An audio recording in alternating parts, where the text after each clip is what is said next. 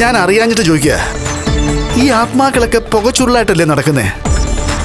പിന്നെ ഇവൻ എങ്ങനെ ബൈക്കിൽ കയറി പോവും? നീ ലോറി കയറ്റുമ്പോ അവൻ ഏതിന്റെ പുറത്തായിരുന്നു?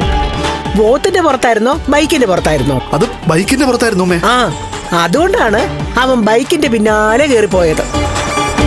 എടാ, അവൻ ഇപ്പോഴും ബൈക്കിനെ സ്നേഹിക്കുന്നുണ്ട്.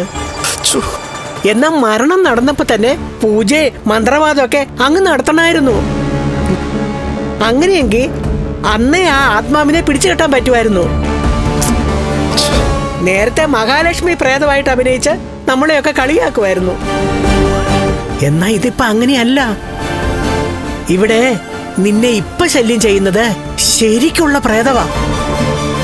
അയ്യോ, നീ കണ്ണന്റെ അച്ഛനെ കണ്ട സ്ഥിതിക്ക് ഇനി അടുത്ത വിഷു വരെ നിനക്ക് ഇടയ്ക്കിടയ്ക്ക് ആ ആത്മാവ് ദർശനം തരാനുള്ള സാധ്യതയുണ്ട്.